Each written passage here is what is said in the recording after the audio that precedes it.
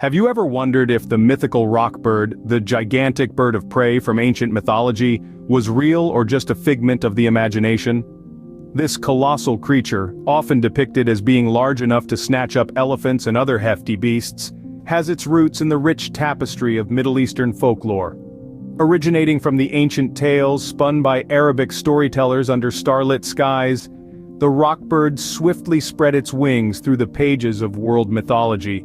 It soared beyond its Middle Eastern origins, permeating the folklore of various cultures and leaving indelible imprints on the sands of time. This gargantuan avian, often described as larger than life itself, has been the subject of awe and fascination for centuries. Its grandeur and mystery have captivated the minds of many, including two renowned explorers. Two famous travelers, Ibn Battuta and Marco Polo, have their unique tales to tell about the roc bird. Let's delve into their accounts. Ibn Battuta, the great Moroccan explorer from the 14th century, had a fascinating encounter with the roc bird. This encounter happened during his extensive travels across the Indian Ocean. Ibn Battuta's voyages took him to distant lands, rich with exotic sights, sounds, and creatures. But one creature stood out among all others, the fabled roc bird. According to Ibn Battuta, the roc bird was no ordinary bird. It was a creature of colossal size, its wingspan so vast that it could blot out the sun. This bird was said to be so powerful, it could lift an elephant off the ground. Yes, you heard that right, an elephant. The roc bird, in Ibn Battuta's words, was a spectacle of nature's grandeur and might. As he sailed across the Indian Ocean, Ibn Battuta described an intriguing incident. The roc bird, soaring high above, dropped an enormous fish into the sea. This was no ordinary fish, mind you. It was so large that, according to Ibn Battuta, it could feed a small town for days. Imagine a bird so mighty, it could single-handedly provide a banquet for a whole town. Ibn Battuta's accounts of the roc bird were met with both awe and skepticism. Many were captivated by the tales of this gigantic bird while others questioned the veracity of his claims. But regardless of the debates, his stories added fuel to the fire of the roc bird's legend. The roc's mythical status was further amplified by its appearance in various cultures and literature, from the Arabian Nights tales to the epic poems of Persia. It's even believed that the roc bird inspired the thunderbird in Native American mythology. Ibn Battuta's account fueled the belief in the roc bird's existence, but he wasn't the only traveler to have a tale about this mythical creature. As we'll see in the next scene, another famous explorer, Marco Polo, also claimed to have encountered the elusive roc bird. But that's a story for another time. For now, let's leave the Indian Ocean behind, still rippling with the echoes of the roc bird's mighty wings. The Venetian merchant and explorer Marco Polo also had his own encounter with the roc bird in his travels.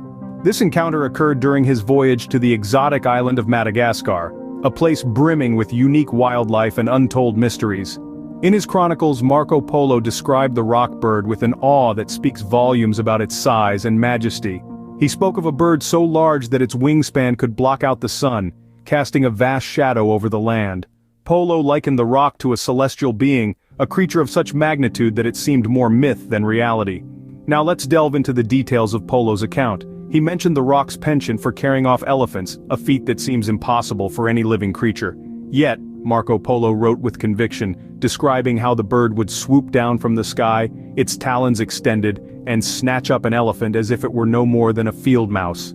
This dramatic imagery painted by Polo not only speaks to the roc's colossal size, but also its strength and predatory nature. Marco Polo's encounter with the roc bird wasn't just a passing observation. He spent a significant amount of time studying and documenting the bird's habits and characteristics. His vivid descriptions helped to foster a sense of wonder and intrigue around the roc bird, contributing significantly to its legendary status. Despite the extraordinary nature of his claims, Marco Polo stood by his account. He was, after all, a seasoned traveler, a man who had seen the farthest corners of the world and the most unusual creatures. His credibility lent weight to his words, and many took his account of the roc bird at face value. Much like Ibn Battuta, Marco Polo's account further fueled the belief in the roc bird's existence. His tales, along with those of other explorers, sparked a fascination with this mythical bird that continues to captivate us to this day. So, were Ibn Battuta and Marco Polo telling the truth, or were their accounts merely the product of their imaginations? This question has puzzled historians and ornithologists alike for centuries. Both travelers painted vivid pictures of the roc bird, a creature of colossal size and strength in their respective chronicles. Ibn Battuta, the Moroccan scholar, described the roc as a bird so massive that it could snatch up an elephant in its talons. On the other side of the world, Marco Polo, the Venetian explorer, recounted tales of an enormous bird that could carry off and devour the largest prey. While their descriptions were remarkably similar, there were also differences, such as the geographical locations where they purportedly encountered the roc.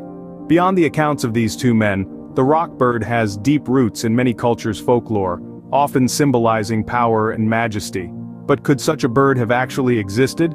Some argue that the roc was a case of mistaken identity. The travelers might have seen large birds such as the condor or the eagle and, through a combination of awe and exaggeration, transformed them into the mythical roc. Others propose that the roc bird was purely a product of the human imagination, a figment born out of the desire to explore and conquer the unknown. The bird may have been a metaphor for the vastness and danger of the uncharted territories these explorers ventured into. The roc bird's existence remains an enigma, a mystery wrapped in layers of historical accounts, folklore and speculation. With no concrete evidence to support or refute its existence, the roc bird continues to live on in the realm of myth and legend. Whether the roc bird was real or not, the stories of Ibn Battuta and Marco Polo continue to captivate us, reminding us of the rich tapestry of human imagination and the enduring allure of the unknown. The roc bird, a symbol of strength and grandeur in ancient mythology, lives on in our collective imagination through the stories of Ibn Battuta and Marco Polo. These tales have spanned centuries, continents, and cultures, painting vivid images of a creature so powerful it could lift an elephant with ease. Such is the power of stories and myths. They shape our understanding of the world, they inspire us, they compel us to dream and to explore. The roc bird, whether real or imagined, has soared through the pages of history and into the realm of literature and popular culture. From Sinbad's adventures to modern fantasy novels, its presence is undeniable and continues to captivate us. As we navigate our own journeys, we carry these stories with us, as they fuel our fascination with the unknown and our desire to explore the world. In the end, the roc bird's existence may not matter as much as the stories it has inspired, stories that continue to fuel our fascination with the unknown and our desire to explore the world.